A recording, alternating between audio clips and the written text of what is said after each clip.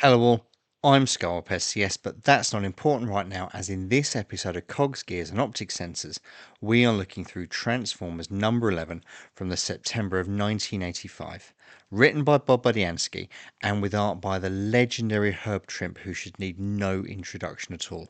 Now, despite the title of this issue being Brainstorm, we are not introducing the headmasters just yet, but instead it's the character of Jetfire as promised in the next issue box of number 10.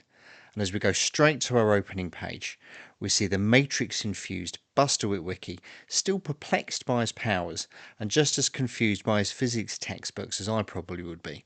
The penny only really drops as he recaps recent events and wonders if maybe, just maybe, being plugged into the disconnected head of Optimus Prime might have had something to do with what's going on. But just as he realises what we the readers have known since issue 6, his concentration is broken, sending things crashing to the ground as his dad's Sparkplug, who, having mistaken Buster's powers for a newfound enthusiasm for the family business, wants to take him to assist a broken down vehicle. Buster mentally reassembles his Walkman, and we are taken straight to GB Blackrock's now occupied aerospace facility, which is still surrounded by the US military, whilst the Decepticons use it as a base of operations, who, as we turn the page, are still being led by Shockwave, using the human factory staff as slaves, and keeping Optimus Prime, or at least part of him, hostage as part of his plans. Now, if you look carefully on this page, you'll see that the fighter jets on this panel are actually the designs for the 3 Coneheads, even though as 1985 toys, they won't feature until issue number 17. Jetfire, though, can be seen in his full robot mode and following his cartoon character model, with the only time his Macross styling being seen in print was in a Euro-exclusive promotional comic in conjunction with Milton Bradley. But none of that is relevant to Shockwave, whose frustrations at Optimus are obvious, and as he threatens to offline the Autobot leader on a permanent basis, he realises that the Matrix Bearer couldn't have erased the program in its entirety, but must have hidden it somewhere. A conversation that is overheard by our arc-based Autobots.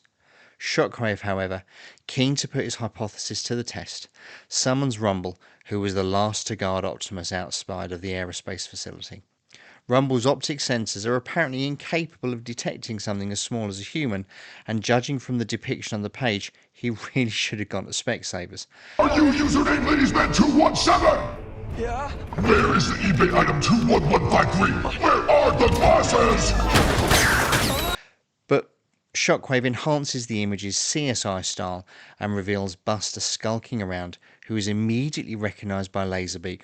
And thankfully for Buster, the eavesdropping Autobots realise who is being spoken about and put a plan in motion. Prowl summons both Bumblebee and Bluestreak to help, with the latter having previously befriended Buster and Sparkplug in the early issues, and they make their way to the humans post-haste, and it's revealed that Shockwave has recorded a message for the human military leader. And after a brief interjection around food hygiene standards when reheating things in the microwave, the poor pizza boy is used as a patsy to deliver Laserbeak outside in his cassette form to the military colonel. The next page, though, reveals that the message demands that the army containment be withdrawn 12 miles in the next hour, which in city traffic may be a big ask for any of you that have had the pleasure of driving around central London, with the safety of the hostages in jeopardy if not complied with. Back with our human heroes, though, and Jesse makes a surprise reappearance, whisking Buster away for a much-needed break, and as Sparkplug sets about the vehicle that they've just rescued, he's rudely interrupted by Bumblebee, only to tell him that the Witwicky family don't want anything more to do with the Autobots or the Transformers at all. But as Bumblebee pleads his case, with a less than convincing argument, Sparkplug decides that he is in the best position to keep Buster safe after their previous dealings with the Autobots, and jumps into his pickup truck to go and rescue his son, only to be followed on by Bluestreak, who had been hanging back out of sight. Buster, though, keen to have a proper conversation with Jessie, puts his newfound powers to work by romantically sabotaging her pedal cycle, and thankfully not nearly causing her to have a horrendous accident as she comes to a halt.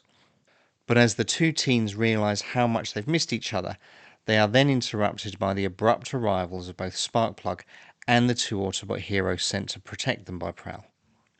But as Buster tries to explain away what public displays of affection are, none of them realise that they are being spied on by Laserbeak. And with Shockwave now aware of Buster's location, he sends the mindless Jetfire drone on a mission to kidnap the human. And as Bumblebee tries to sway Buster into coming with him, Buster finds himself torn between his and Jesse's safety and telling his dad the truth. Sparkplug decides he's having no more of this nonsense and tells the teens in no uncertain terms that they need to get into the truck and leave with him. But just as he does, Laserbeak attacks and Bluestreak name checks his ion dispenser rifle, returning fire, and despite some aerial acrobatics on Laserbeak's part, he soon succumbs as he's literally not needed for the plot of this issue anymore. But with no time to celebrate, the subsequent panel showcases what we saw in the cover, and Jetfire quite literally jets in and showcases his aerial superiority, leaving our two Autobots with little time to react, and Bumblebee taking hits.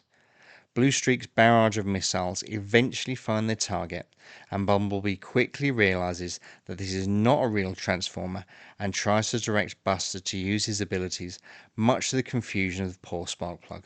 But whilst Buster gets his pep talk, Bluestreak is the next target, and as one of Jetfire's Gerwalk mode arms reaches out, Buster channels his inner Prince Adam, stating that he does indeed have the power.